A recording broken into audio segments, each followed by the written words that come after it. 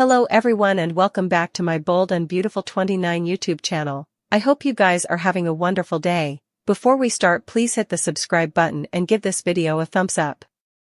Ridge Forrester has flip-flopped between Brooke Logan and Taylor Hayes since the 90s. Brooke is apparently his fortune, the bone that entertains his fantasies, while Taylor is stable, the mama of his children, and offers a deeper connection. He decides which woman he wants to be with, also changes his mind, and for whatever reason, they always take him back. It was lower than 2 times ago that Brooke and Ridge reconnected and decided that this was it. They were soulmates meant to spend the rest of their times together. Their history sure has been long enough that it sounded possible for them to reconnect at this stage in their lives and put their relationship on cinch, for real, eventually. She was his Logan, and he was her fortune. Brooke and Ridge began working together again on Brooke's bedroom line, and he put her on a pedestal of what beauty is for a woman of a certain age, and we praised him for it. They were looking suitable darn solid until Taylor whisked back into city. Taylor returned to Los Angeles, allowing that she was dying of heart failure. In a twist, she learned that it was a condition known as broken heart pattern, a condition that mimics heart failure. Of course, Ridge jumped in to support Hayes' ex-wife and ultimately helped to kickstart her mending. That's further than a little ironic, since he's the one who broke her heart in the first place. As usual, the moment Brooke did commodity that Ridge did and authorize of, he set up his way back into Taylor's arms. This time, after Carter Walton took over Forrester Creations, Brooke took the CEO position, to try and get the company back for Ridge. He saw it as a treason rather than helpful and moved out.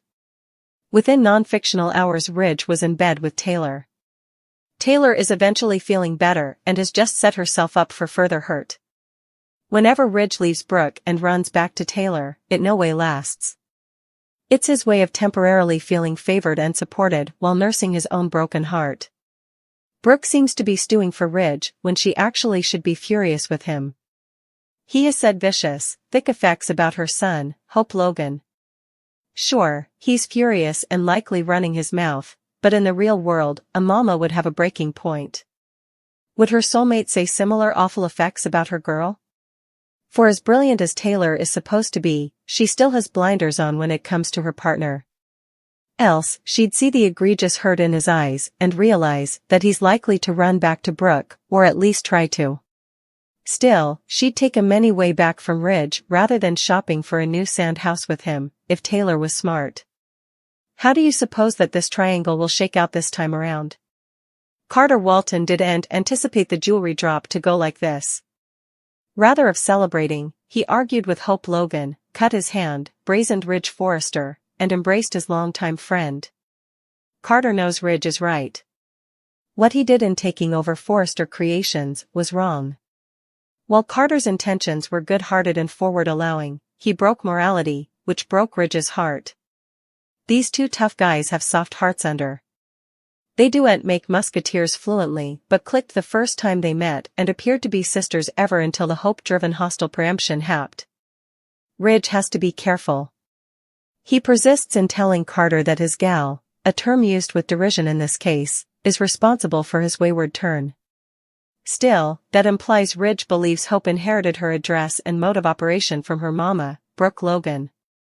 That connection has deeply hurt Brooke but hasn't stopped her from trying to turn Carter's mind around.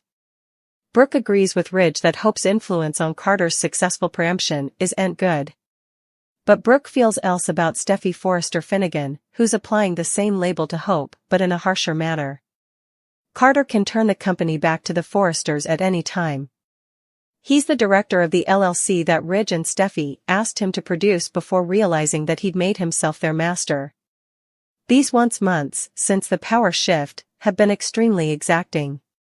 Carter told Ridge that he missed their fellowship, and that's the unornamented verity. Ridge feels also, but needs to see action. He wants control of the company back. But if Carter doesn't give it to him and Steffi, also Ridge will use any means necessary to make that be. Ridge's reveal to Carter about not getting along with people was a rare regard inside the mind of Kay's character. He's hard on himself and isn't a bad Joe. Neither is Carter. To call Carter his family is a term of endearment. These musketeers have been there for each other when their romantic snares with everyone from Brooke through to Hope haven't damaged their fraternal connection. But Carter's business treason put him out of the tight Forrester family circle. In order for him and Ridge to restore their fellowship, one central plot point needs to be.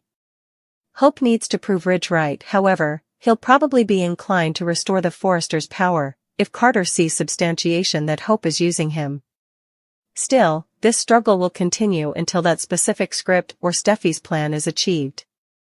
Steffi Forrester got an intimidating phone call while Hope Logan pledged to no way answer to the Forresters again. In the design office, Brooke Logan claimed Ridge Forrester should be home with her rather than living at the Forrester manse with Taylor Hayes. Brooke wanted Ridge back, but he just wanted her to control her son. Ridge blustered about Thomas Forrester moving half across the world to get down from Hope.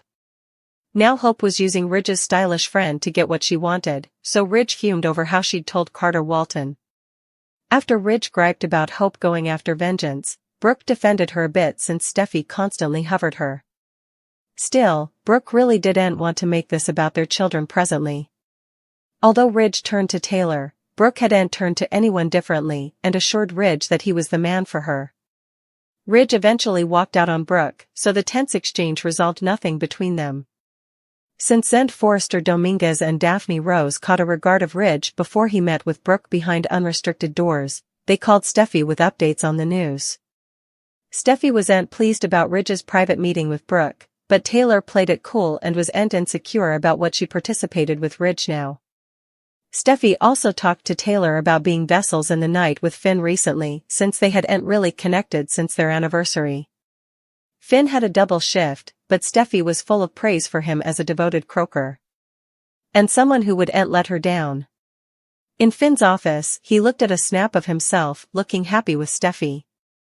Finn also peered at a print of Luna Nozawa with Lee Finnegan and Poppy Nozawa on his laptop. After Finn recalled a discussion where Steffi claimed they couldn't let anything come between them again, he resolved to tell her the verity about Luna hereafter. In the main office at Forrester Creations, Carter told Hope that perhaps they'd made their point and suggested it might be time to mend walls. Hope said Carter shouldn't let Ridge make him feel shamefaced, but Carter formerly felt like a snake for what he'd done. Indeed so, Hope claimed Carter had nothing to be ashamed of and reminded him of the toxin the Forresters created. Hope refused to answer to Ridge and Steffi ever again. After Hope brought up how hurtful it was to be called names and indicted of manipulation, she prompted Carter to see that the Forresters were wrong about them.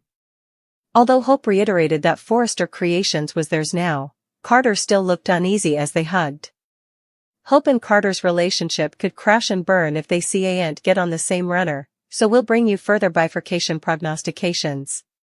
All the major players at Forrester Creations are at the main office to respond to the launch of Ivy and Electra's jewelry line. Will is thrilled for Electra and tells her that she's about to be big-time successful. She's easily feeling alive, and he understands how nervous she's, but does his stylish to be probative. Zen says engagement is incredibly high and Katie thinks the website might crash.